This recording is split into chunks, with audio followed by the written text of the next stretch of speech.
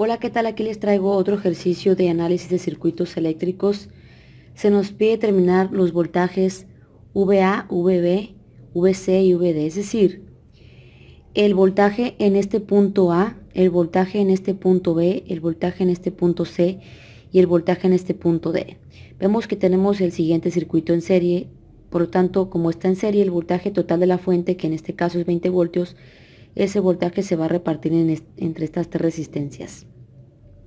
Primero tenemos que hallar cuál es esa caída de tensión en cada resistencia.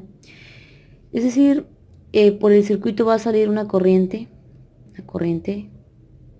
total del circuito, y esa corriente al ir circulando por cada resistencia va a causar una caída de tensión.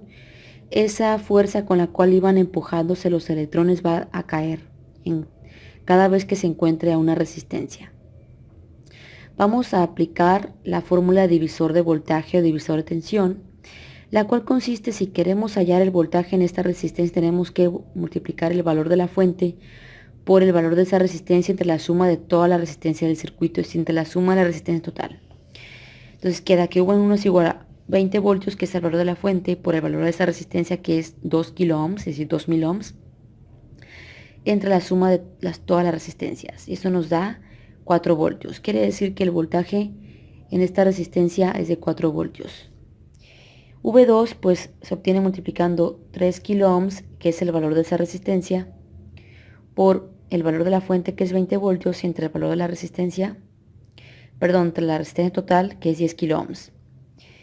3 más 5 más 2 es 10. Y eso nos da 6 voltios. Quiere decir que el voltaje en esta resistencia cayó a 6 voltios. Y aquí V3 pues aplicamos la misma fórmula, pues nos da que V3 es igual a 10 voltios. Ahora ya tenemos las tres caídas de tensión. Después de esto tenemos que obtener cada uno de esos voltajes. Hallemos el voltaje en cada uno de los puntos. Primero obtenemos el voltaje en el punto A. Primero lo voy a explicar con razonamiento y luego con todo eso de numéricamente. Aquí el voltaje total de la fuente es 20 voltios. Cada vez que la corriente que sale por esta fuente, cada vez que circule por una resistencia, el voltaje va a disminuir.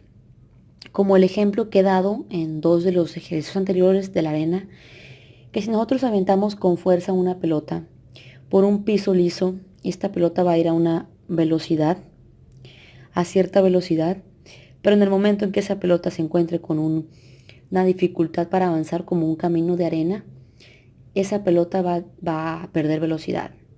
Lo mismo ocurre con la tensión. La tensión se refiere a la fuerza con la cual los electrones se empujan.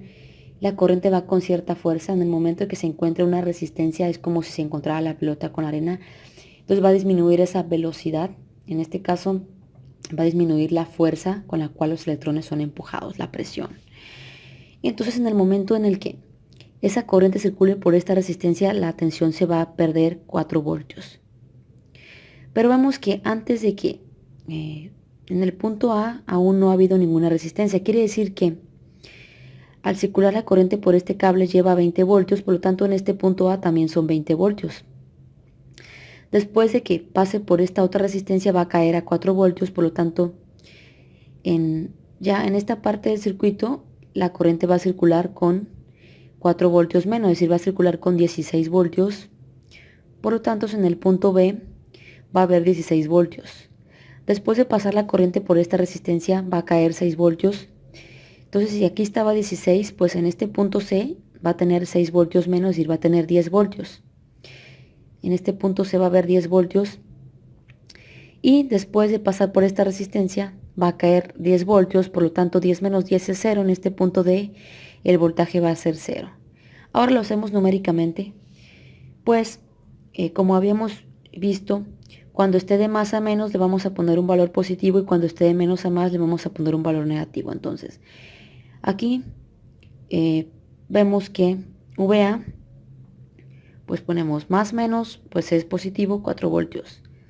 Luego aquí más menos ponemos positivo 6 voltios. Y aquí más menos ponemos positivo 10 voltios. Entonces nos da que en este punto son pues los 20 voltios que ya les expliqué. Y aquí está pues también que el voltaje en el punto B pues es 16 voltios y el voltaje en el punto C son 10 voltios.